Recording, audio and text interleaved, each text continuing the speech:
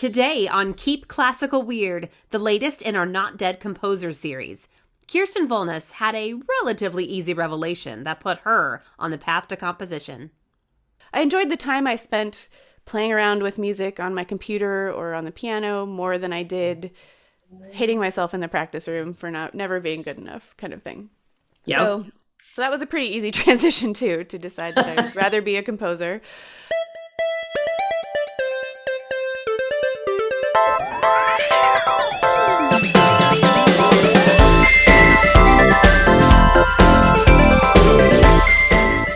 Welcome, friends, to episode 47 of Keep Classical Weird.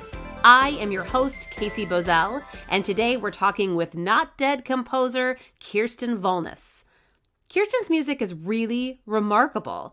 Much like you'll hear in our conversation, the ideas in her compositions come to her really naturally, and her emotive voice is wonderfully clear. It's very easy to connect various moods to her work, and it allows for an experience that feels like it's letting you glide forward on your own rather than pulling you along. Her latest album, River Rising, is available on Bandcamp. Here's a tiny snippet of the first track titled Alone Together, followed by our lovely conversation. Enjoy!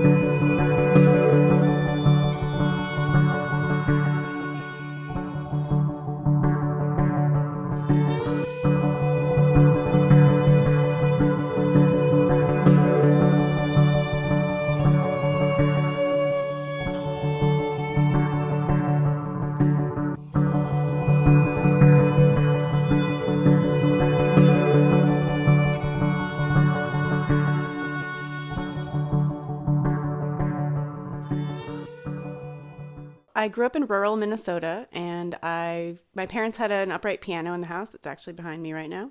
And I started taking piano lessons when I was 4, just because I was very much interested in it, and from the local music teacher in town.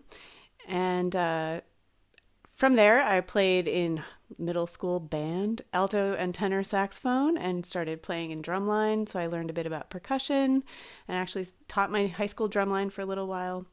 And from there I went to college. I always knew I wanted to do music, so it was pretty easy. There was no questions in my mind. Though I did almost get a psych degree just in case as well. Wait, you almost just in case? Like, did you take classes, double but you major. didn't? Yep. Wow, that's an intense double major.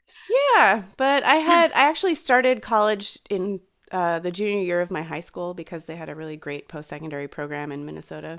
So I was taking full-time college classes 3 days after my 16th birthday. So I felt like I had a head start.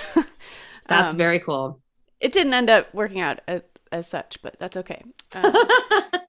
And so I thought I'd be a piano performance major, and I really loved my teachers, and didn't really think about what my future career would be at that point. But I took this orchestration class in the junior year of college that was taught by Judith Lang Zaymont, and she is a composer who has been championing the work of women composers her entire life, basically. And she was very supportive and encouraged me to try writing my own music for that class, and I did.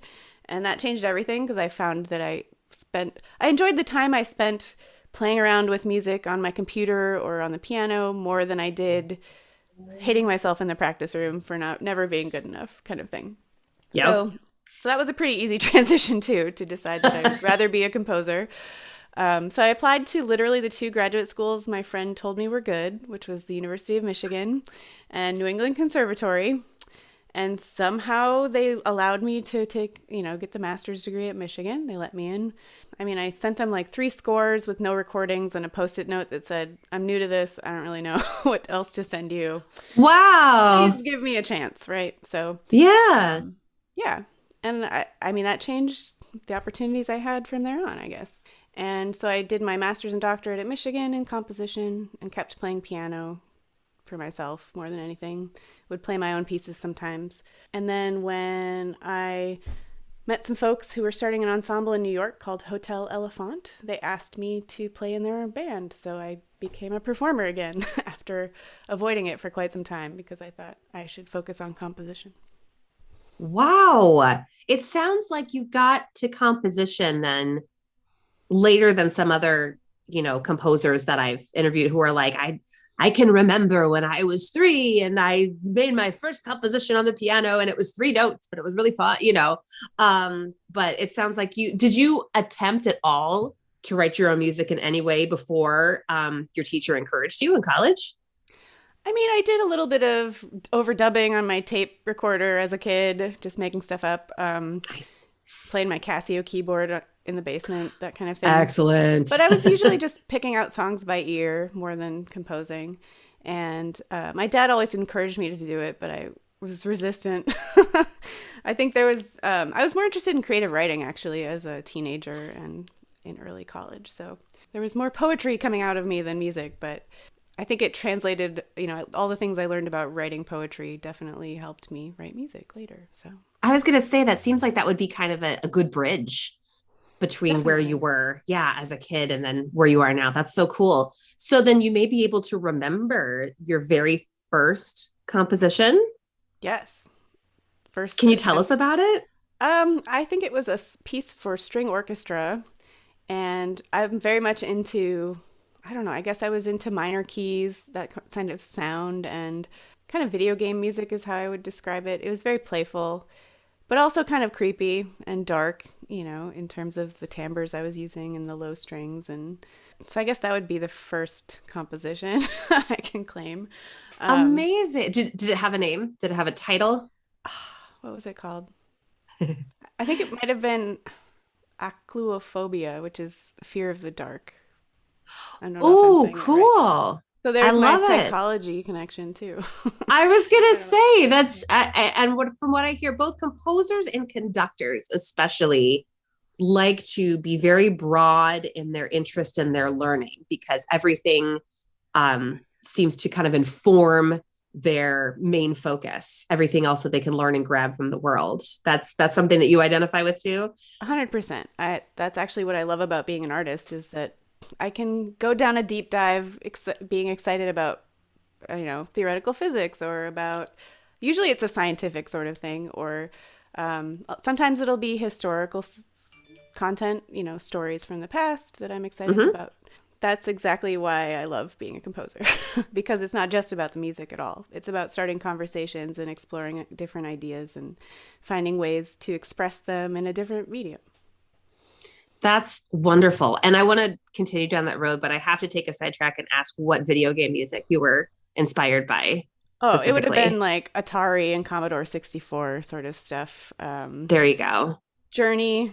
I remember that one because it actually had the Journey song in the title theme. And so a lot of 8-bit sort of Mario. I loved that Tetris B theme. That was the best, I think. Yeah. Yeah. Okay. That's wonderful. And I'm sorry we haven't become friends before now, but now we are. So those are the magic words you have to bring up to be like, let's talk about video game music. We'll do that for another podcast. So you're talking about, composers kind of get to, I think you use the term start the conversation. Mm-hmm. Is that right? Definitely. So can you tell us, this may be a very broad question, so you can answer it as specifically as you want. From, I don't know, concept of a piece to completion and maybe even performance, can you kind of walk us through your usual process? Yeah. I would say for most pieces, it starts with some sort of non-musical idea. Occasionally, it'll be very explicit in the sense that I need to write a grant proposal, like, what's your piece about? Sure. Usually those feel a little bit less organic in terms of what I'm trying to accomplish.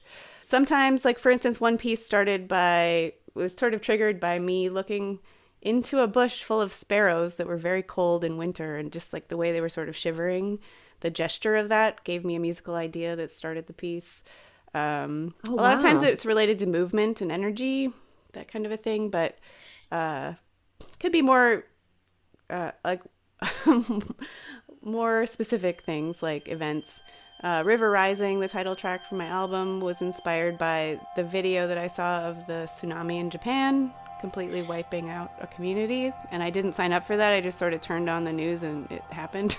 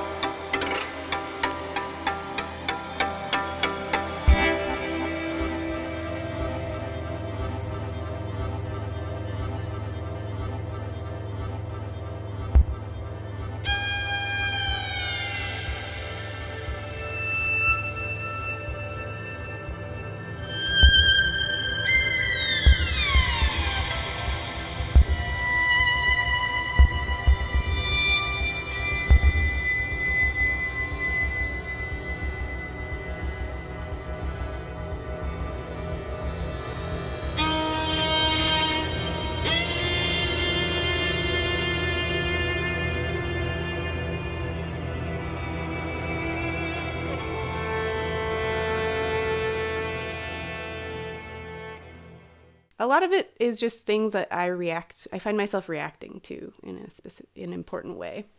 And those things will be the beginning of what So then it's not becomes like you're something completely different. Yeah. Yeah, sorry to interrupt. I was going to say it's not like you're specifically seeking it out. It's just kind of things that come past you in everyday life, and this is kind of how you interpret them. Yep. Unless it's this type of Cool. thing where it's a commission that's supposed to be about something specific, or if it's just me making up music, it's definitely whatever I notice around me in the world that is striking or exciting or interesting. So Oh, one piece I wow. wrote was inspired by this is a local story. Oregon State University discovered a new pigment called Yinmin blue in, I want to say, 2009, and I just saw a picture of it and it blew me away. Like, what an amazing color is that? I need to learn more about this. What is happening here? And I'm interested in environmental issues as well. And I realized that in reading more about it, it happens to be a very useful material for reflecting infrared. And so it can keep our Oh, materials cooler and help mitigate global warming potentially.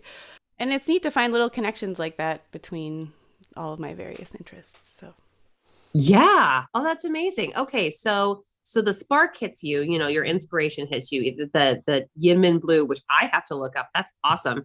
And or the sparrows shivering or okay, so what happens next? You say, "Oh, I have to translate this into music." So what's your next step? I often have an ensemble already in mind for Oh. instrumentation because a lot of times it'll be like, I need to write a piece for these 5 people. And what am I going to do with that? Sometimes the instruments themselves inspire the ideas. If I have a double bass, that'll give you different options than if I have only flutes or something. And a lot of times I write the piece from start to finish. I don't really do massive edits or rearranging of anything. It's very much intuitive. Um, Oh, wow.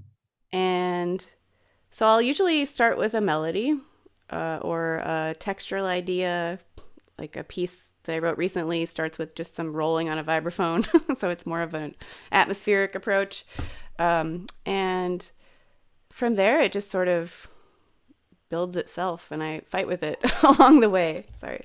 I feel like I'm a kind of composer where I don't know if this is how most composers feel, but I tend to be very dissatisfied with the work that I'm doing at the time. I'm like, this isn't quite what I want. This isn't quite right. I need to make it better somehow. And the more I do it, the more confident I feel that what I'm doing is actually going to work. But there is always that feeling of like, I don't know what I'm doing here. And I think once I get started, everything else opens up. Like I have some sense of where it wants to go, what it wants to do, what we're really going to accomplish, where that payoff moment might be, like if you're building up all these Yeah. ideas. And sometimes it helps me to draw pictures of it. Sometimes it helps me just to write down adjectives and I like kind of descriptive words for what I want it to do next. But mostly I just, instead of writing things on paper, I'll usually just type it right into the computer program. And Sometimes I'll actually record things. If I'm doing electroacoustic music, I tend to improvise and, we'll sort of overdub different layers, or be more, you know, do it, combine things in more of a structural editing way where I'm like working with certain samples and really processing them a bunch and dealing with very small snippets of sound that I'm arranging. But that's very time consuming. And so a lot of times lately, at least, it'll be more of a performative way of composing versus, building the architecture otherwise.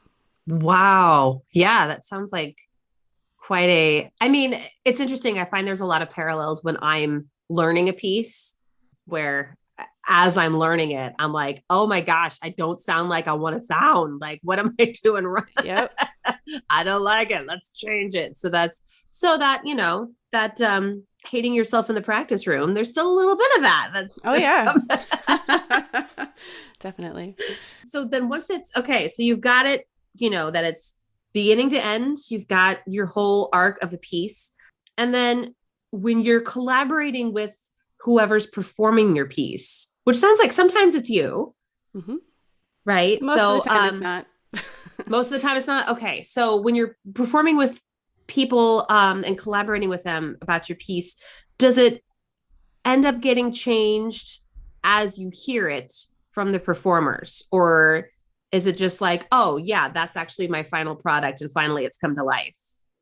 I would say, if anything, it becomes more magical, if that makes any sense. A lot of times they will do things I didn't expect. Maybe I wasn't communicating as clearly as I should have in the score, or, they'll experiment with something and it makes it twice as good, or, it really adds this layer that I hadn't considered. And I would say that happens more often than not.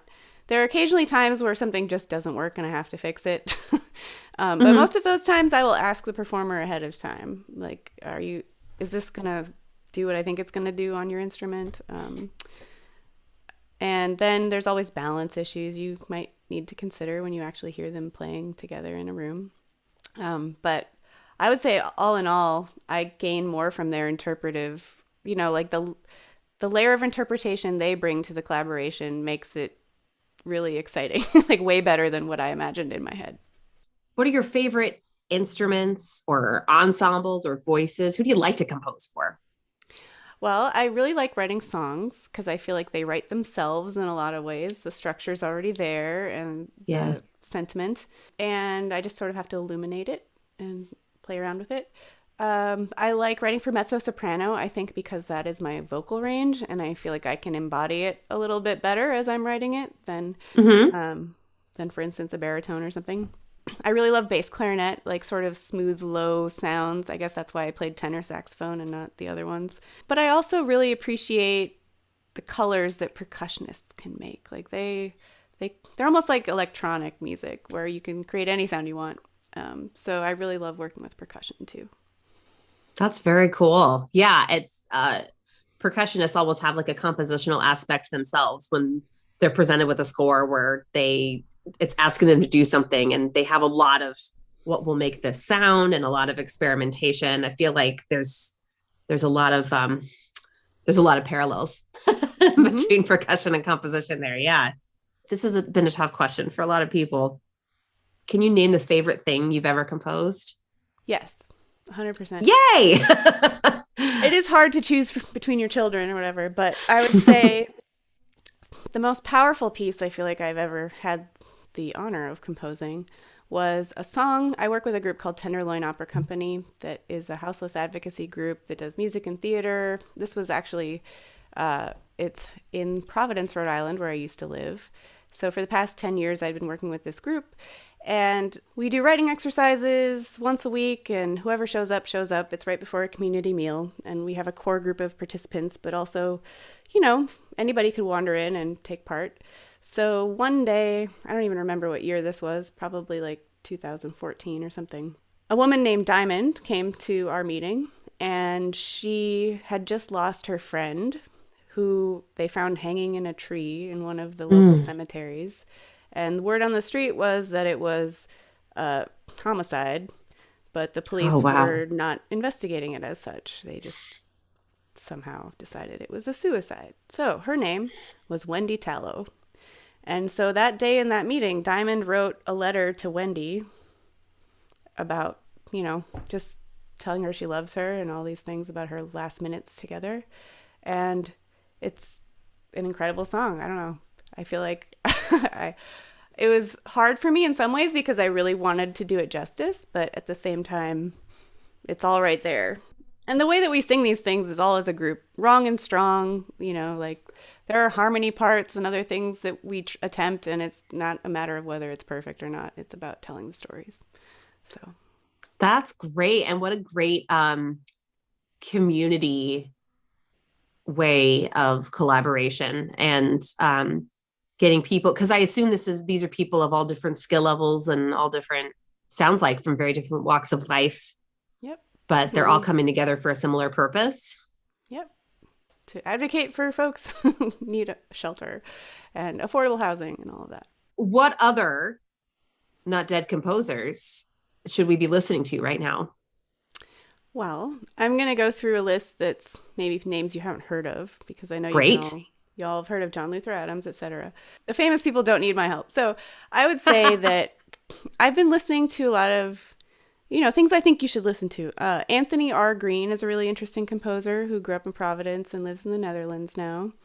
And he writes, what I love about his music is that I never really know what's going to happen, but it's always good. The variety of things he has presented over the years, he even does his own sort of performance art himself, and it's fascinating to me, and I really look forward to seeing all of the new stuff that he's going to create. Inti Figgis Vizueta is a composer from Brooklyn, and she writes music that is both, I find it really beautiful and vibrant, but what's interesting about her approach, too, is that she's drawing a bit more on her indigenous heritage and more of a non-hierarchical approach to writing music, so it can be for flexible instrumentation. There's a lot more freedom built in for the performers to express themselves. So I've played a few of her pieces in my band in Providence. Leia Maria Villarreal is this composer who's finishing her doctorate at USC, and she writes a lot of chamber music mostly, but I find her music really fascinating because she makes magic with fairly simple materials. I mean, it's not always delicate, but like sometimes it's very intense and textural, but I think she just does a really great job of expressing musical ideas. And similarly, Carolina Heredia is a composer who is Argentinian American, and she writes a lot of electroacoustic music, and I tend to like all the music I hear of hers. Elizabeth A. Baker is really fascinating. She's not a composer. She's a new Renaissance artist and does all sorts of, has multiple skills and abilities and creates a lot of really cool artwork. She wrote a piece for my ensemble Verdant Vibes that was called Astatine, inspired by theoretical physics. That's an element that appears and then disappears because of quantum mechanics, or, essentially it only exists for a brief period of time. And so we played an improvised piece in the dark and our phones would light up, and that was the cue to tell you to play. So it was kind of funny because she was sitting in the middle of the audience texting us to cue our phones to light up. And the rest of the folks were so upset with her that she was not paying attention to the performance. That kind of thing. And then I guess I want to also give a shout out to all those local composers that y'all should know, like Andrea Rankemeyer, Lisa Neer, Drew Swatosh, Nick Emerson, Kenji Bunch. My students do good things too. Kirsten Volness can be found on SoundCloud, Bandcamp, and at kirstenvolness.com. Her new album, River Rising, is available now. And that's our show for today. My deepest thanks to Kirsten Volness, joining the ranks as our latest Not Dead composer. Our theme music is composed by Not Dead composer Thomas Barber. Check him out at thomasbarber.com. Web development support is provided by Tina at citybeautifuldesign.com. Keep Classical Weird is created and edited by me, Casey Bozell. Find us on Facebook, Instagram, and Patreon. Thanks so much for listening, everyone. Stay safe and stay weird.